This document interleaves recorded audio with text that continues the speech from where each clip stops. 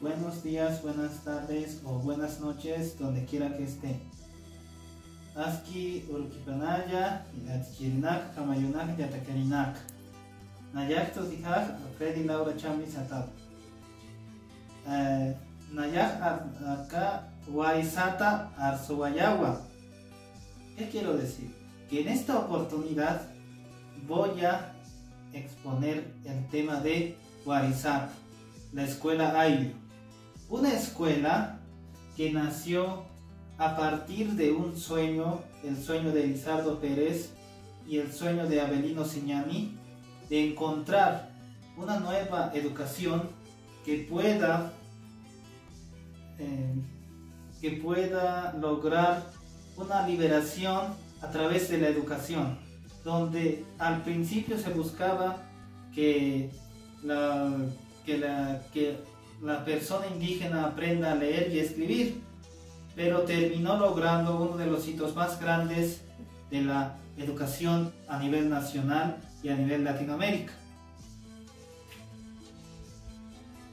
La aventura de Warisata comienza incluso antes de su fundación, donde se planteó la problemática de la educación indígena en Bolivia y a nivel Latinoamérica, ya que antes había fracasado, y retoma esta parte que es la educación indígena con una escuela que esté en contexto rural, es decir, que esté donde la persona indígena pueda educarse en su ambiente, que no esté aislado como se ha hecho anteriormente. Y gracias a Lizardo Pérez y Avelino Signani, que han buscado un lugar donde el pongueaje no sea tan fuerte, donde los señores feudales que en ese tiempo vivían no sometieran demasiado a la población indígena. Y es así cuando el sueño de Warisata comienza un 2 de agosto de 1931 y culmina lamentablemente en el año 1940, gracias a las problemáticas y a los problemas que se han puesto a propósito, gracias a los terratenientes, a la gente que no quería que las personas indígenas fueran educadas. Y comenzamos hablando con el principal personaje, que ha sido Avelino Signani. Avelino Signani nace el 9 de febrero de 1880 en Warisata, donde comienza educando y enseñando a hablar a las personas indígenas del campo, a los niños, para que aprendan a leer, y se encuentra con Avelino Signani. Forma parte, después de la fundación de Warisata, como en el Parlamento Amauta, para que finalmente muera casi después de la destrucción de Warisata, un 30 de enero de 1940. Otro de los personajes principales de la fundación de Warisata fue Lizardo Pérez, quien nace un 5 de noviembre de 1892 en La Paz y muere un 15 de septiembre de 1980. Fue un precursor de la educación, un visionario, que fue educado por George Schumann y posteriormente funda un 2 de agosto de 1930 Warisata. Y es por su labor que se hace ver esta nueva escuela integral y productiva. La escuela Ayllu de Warisata nace ante la necesidad de crear un núcleo indígena, debido a ciertos factores que sucedían en cuanto a la educación indígena en Bolivia. Es así que Lizardo Pérez busca un lugar especial donde fundar esta escuela. Él quería un lugar donde no hubiera mucha influencia feudal. Es así que se encuentra con Avelino Signani y juntos deciden fundar la escuela Ayllu de Warisata. se funda un 2 de agosto de 1931 en la provincia Omasuyos. La finalidad era impartir conocimiento, pero no solamente intelectual, sino también trascender tras la producción. Ellos querían dar las alternativas diferentes a las distintas personas que iban a estar dentro de la escuela de Warisata, proponiéndoles planteles de trabajo, capacitaciones a los pobladores en distintas áreas, tanto en la agricultura como en lo manual, en la industria y entre muchas que puedo mencionar. Warisata tiene un enfoque integral, donde ellos tienen 3 palabras importantes: el estudio, el trabajo y la producción. Ellos tenían 4 etapas donde se iban desarrollando los estudiantes. Uno era el preescolar, el segundo era la etapa elemental, posteriormente la etapa media o de orientación profesional y por último la etapa final o profesional. Se basaban entre la teoría y la práctica. Toda la educación que se fue desarrollando allá en Warisata fue colectiva. Ellos rescataban las tradiciones y las costumbres de la cultura aymara y la cultura quechua. No solamente la educación era dentro del aula, no, sino trascendía, iba más allá. Todos iban impartiendo lo que conocían a los pobladores y los pobladores entre ellos. Era totalmente integral lo aprendido allá en Warisata. Así que se generó una transformación total en aquel lugar.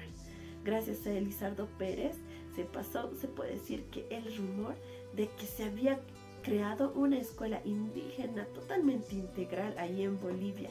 Es así que en el continente americano se enteran de esta grandiosa noticia y México ve con lupa a Bolivia y a Warisata especialmente para poder compartir conocimientos. Todo esto no podía crecer mucho debido a muchos factores, tanto era el económico, ya que no se contaba con dinero que viniera del gobierno. Ellos se sustentaban, eran autosustentables. Es así también que podemos mencionar que se crearon 16 núcleos especiales donde se trataba de impartir lo mismo que se hacía en Warisata. La destrucción de Warisata se dio el 31 de enero de 1941, tras 10 años de ser una escuela de impacto, de ser una escuela de ejemplo, de dar dignidad a los indígenas. Debido a muchos factores, muere la escuela de Warisata. Logros de la escuela de Warisata. Entre los que podemos mencionar son la pedagogía del adobe. La segunda, la comunidad a la cabeza del Congreso de Amautas. La tercera, la libertad como premisa fundamental de que no se puede educar en estado de esclavitud o servidumbre, así también como los valores de solidaridad y reciprocidad. En conclusión, Warisata, la escuela Ayllu, es una de las más sobresalientes experiencias educativas impulsadas por indígenas y para indígenas, que por su doctrina alcanzó a propagarse e imitarse incluso en otros países del continente americano.